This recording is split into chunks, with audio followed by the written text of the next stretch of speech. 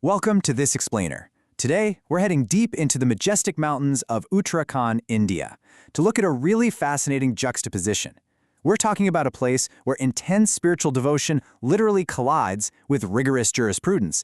It's wild. So, ask yourself, where exactly do you go when the legal system just totally fails you? I mean, think about it. What happens when human courts drag their feet for decades? Or when they completely fail the innocent, or get hopelessly tangled up in webs of lies, forged documents, and legal loopholes? Well, for thousands of people, the answer to that massive anxiety isn't found in another brick-and-mortar courthouse. Nope, it's found inside a sacred temple. Okay, let's break this down. On one side, you've got your traditional human court of law, right? And we all know how frustrating that can be, plagued by endless delays and, let's be honest, highly susceptible to deception. But on the flip side, you have the divine court of Golu Devta. Now, Golu Devta is revered all across the Kumayan region as the ultimate god of justice. He's an incarnation of Shiva who promises absolute truth, incredibly swift verdicts, and total fairness without a single shred of bias. 100,000. Yep, you heard that right. That is a conservative estimate of the number of brass bells hanging in the Chitai Golu Devta Temple right this second. That's enough bells to literally weigh down the ceilings. But get this, it's not just bells. The temple walls and railings are absolutely plastered with official legal stamp papers. People actually draft legally formatted handwritten cases and just pin them up for the deity to read. How incredible is that? So, you might be wondering, what exactly are all these people asking for? Well, these celestial petitions cover some highly specific and, honestly, intensely relatable anxieties. Devotees write down their names, their addresses, and the exact names of the people who wronged them. They name names.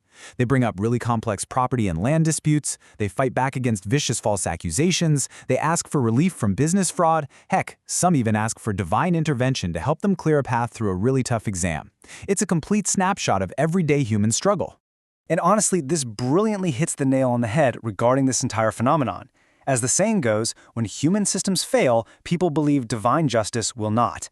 It's just a powerful testament to our unshakable human faith in fairness, you know? Deep down, people desperately need to believe that somewhere, somehow, the truth actually matters and the innocent are going to be protected. Section 1. The Legend of the Wooden Horse. Okay, let's go back in time a bit to see how this all started. Local legend tells of King Jalrai, a ruler in Champawat who desperately wanted an heir. So he marries his 8th queen, Kalinka. And when she gives birth to this divine, glowing child, the 7 older, intensely jealous queens completely conspire against her. It's like a plot straight out of a movie. They blindfold the parents, swap the newborn baby with a heavy stone, and literally tell everyone the queen gave birth to a rock. Then, they lock the real child inside 7 nested trunks and just toss him into the gory river.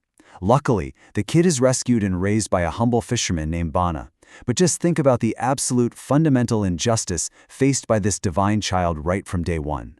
As the boy grows up, he eventually learns the truth about his royal heritage. And what does he do? Well, armed with nothing but a simple wooden toy horse given to him by his poor foster dad, he sets out to confront those wicked queens.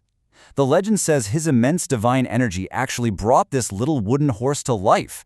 This allowed him to ride right up to the royal palace and demand his rightful place. He rides right up to the river where those 7 queens are filling their water pots, and he demands they make way so his wooden horse can take a drink. Naturally, the queens just laugh at him. They mock him, saying a wooden horse can't possibly drink water. But then, the boy fires back with this absolutely legendary line. If a woman can give birth to a stone, why can't a wooden horse drink water? Boom, right? This brilliant, undeniable logic instantly exposed the queen's massive lie to the king, restoring his mother's honor and making sure the guilty actually face the music.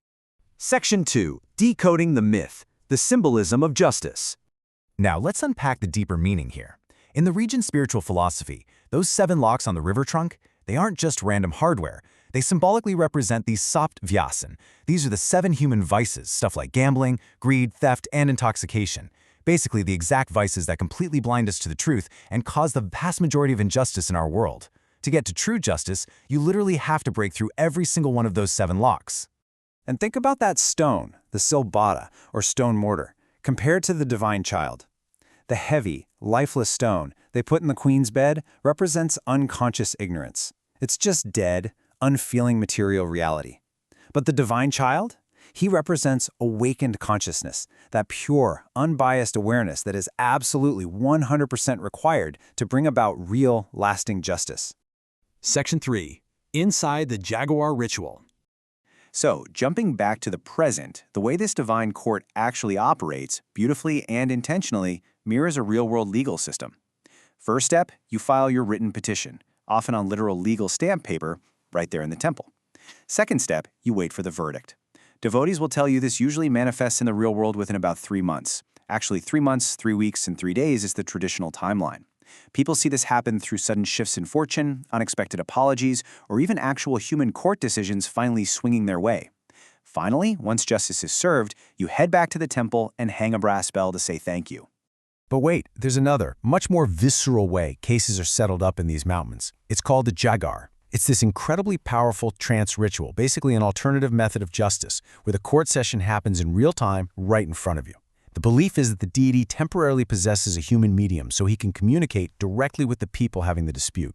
During this whole intense ritual, 2 main figures emerge. First, you have the Jagaria. Think of him as the bard or the singer who recounts the deity's epic tales to invite his presence. Then you have the Dangriya. This is the medium who actually enters the trance state, swaying with the deity's energy. And here's the kicker. In this raw spiritual court, lying is just absolutely impossible. Truth-telling is literally the only acceptable testimony. It completely cuts right through that whole web of words that so easily corrupts human lawyers and judges.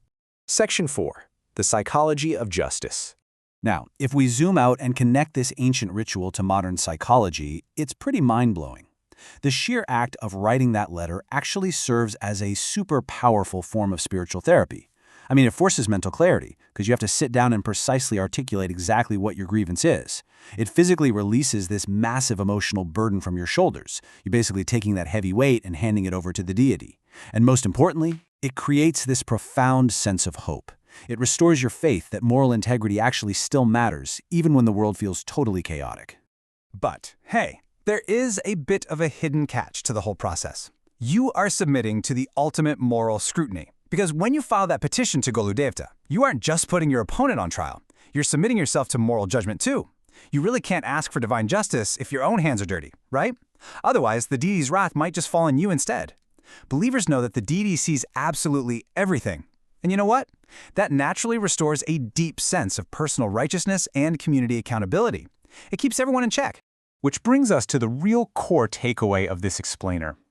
In a noisy world, sometimes the strongest voice is written with belief. The Chitai Temple is so much more than just a quirky tourist spot covered in paper and metal. It is a profound, living monument to our universal human need for hope. It's about needing fairness when absolutely everything else in the system feels broken beyond repair. So I'll leave you with this final provocative thought. If you could take a piece of paper right now and write a letter to the ultimate judge, knowing for a fact it would be read, knowing that absolute truth would prevail, what would your petition say? Thank you so much for joining me on this explainer. I really hope this journey into the mountains of Uttarakhand leaves you just as fascinated by the pursuit of truth as I am. Keep questioning and keep learning.